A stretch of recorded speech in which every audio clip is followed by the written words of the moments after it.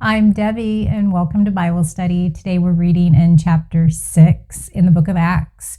Today is a very short chapter, but we're going to be introduced to Stephen for the first time, who does become the first martyr for Jesus' name. And we're also going to see some division in the church, where the Hebraic Jews and the Hellenistic Jews are kind of arguing with each other. And so they have to start assigning some administrative tasks within the church. So if you are ready to Bible study with me, let's go.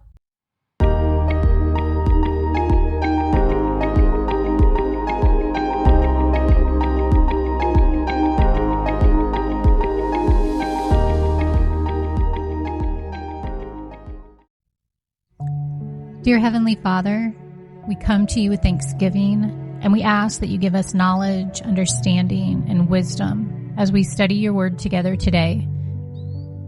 Do your work in us in your perfect timing, and help us to be sensitive to your leading in our lives. Give us a fresh insight, and let us leave today's study with a new perspective. In Jesus' name we pray. Amen. The choosing of the seven, chapter 6. In those days, when the number of disciples was increasing, the Hellenistic Jews among them complained against the Hebraic Jews because their widows were being overlooked in the daily distribution of food. When we read the descriptions of the early church, the miracles, the sharing and the generosity, the fellowship, we may wish we could have been a part of this perfect church. But in reality, the early church had problems just as we do today. No church has ever been or will ever be perfect until Jesus and his followers are united at his second coming. All churches have problems. If your church's shortcomings distress you, ask yourself, would a perfect church allow me to be a member? Do what you can to make your church better. A church doesn't have to be perfect to be faithful to Jesus. Verse 2. So the 12 gathered all the disciples together and said, it would not be right for us to neglect the ministry of the word of God in order to wait on tables. So the 12 are the original disciples plus Matthias, who had been chosen to replace Judas Iscariot. We read about that in chapter 1. Verse 3. Brothers and sisters, choose 7 men from among you who are known to be full of the Spirit and wisdom. We will turn this responsibility over to them. So this administrative task wasn't taken lightly. Notice the requirements for the men who were to handle the food program.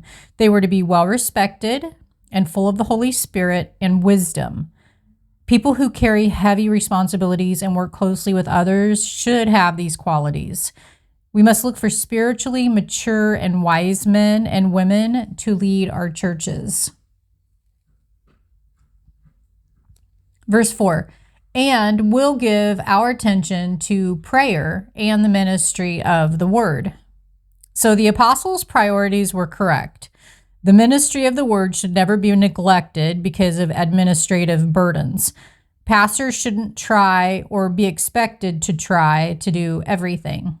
Instead, the work of the church should be spread out among its members. Churches can use this model of the early church to establish ministries and appoint leaders who meet the same guidelines established by the apostles. As the early church increased in size, so did its needs. One great need was to organize the distribution of food to those who were poor. The apostles needed to focus on preaching, so they chose others to administer the food program. Each person has a vital part to play in the life of a church.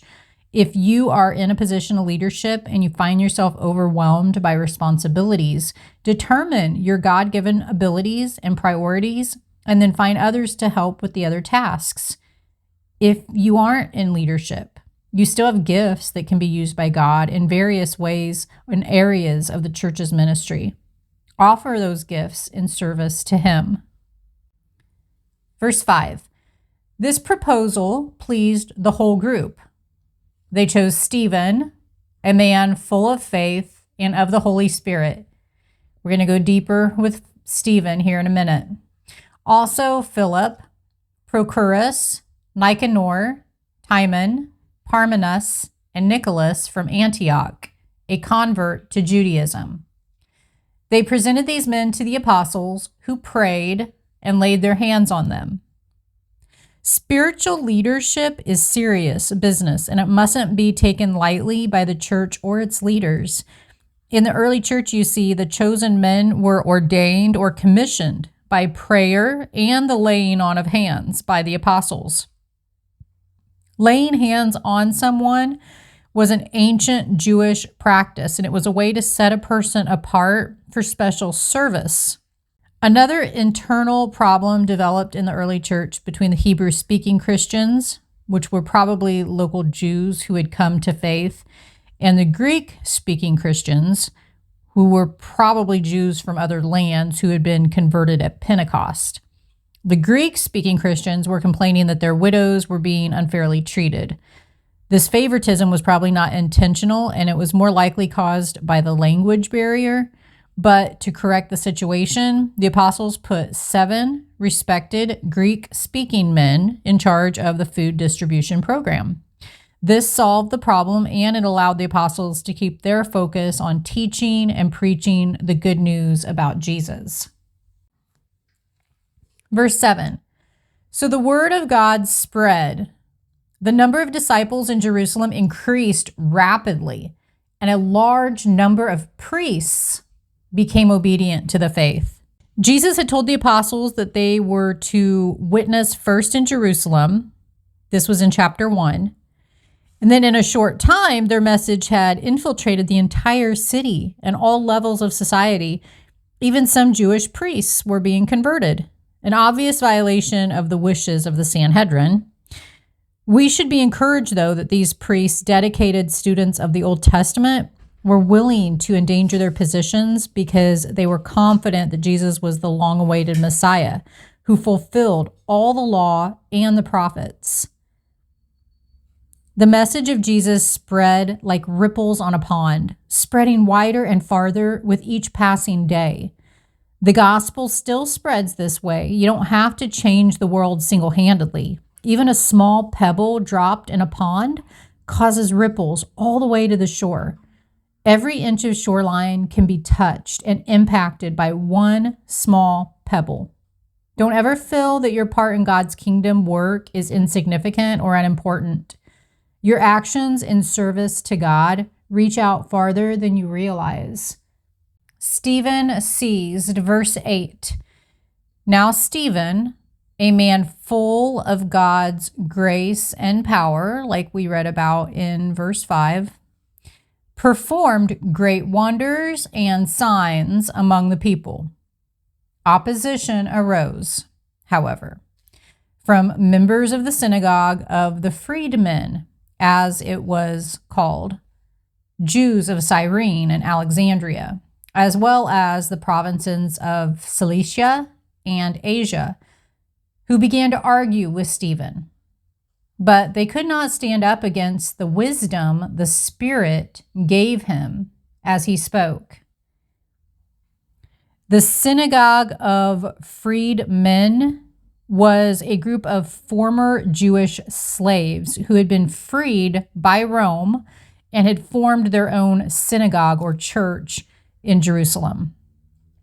Verse 11, then they secretly persuaded some men to say, we have heard Stephen speak blasphemous words against Moses and against God.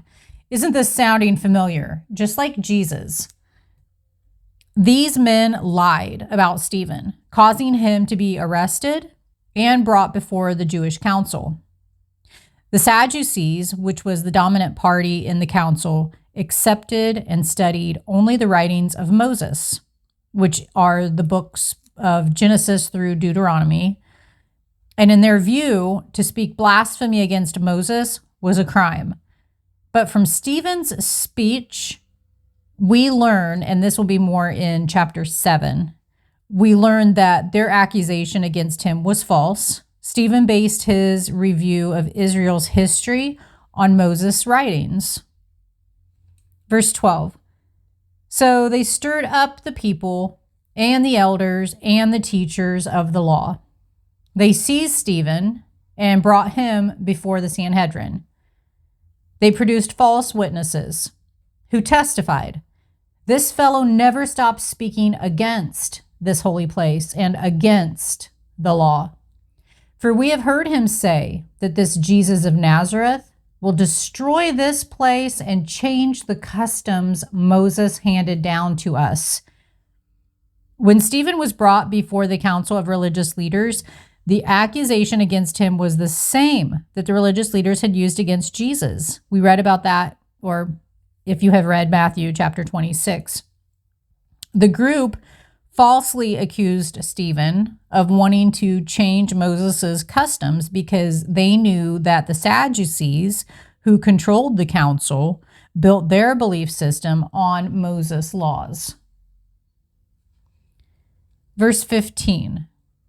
All who were sitting in the Sanhedrin looked intently at Stephen, and they saw that his face was like the face of an angel. If you enjoyed this Bible study, please hit the like button and click on the next video as we continue in chapter 7.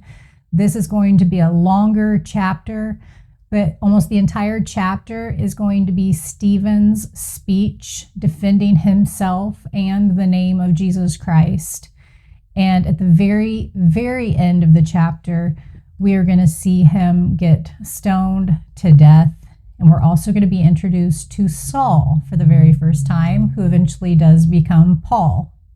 So I'll see you in the next video.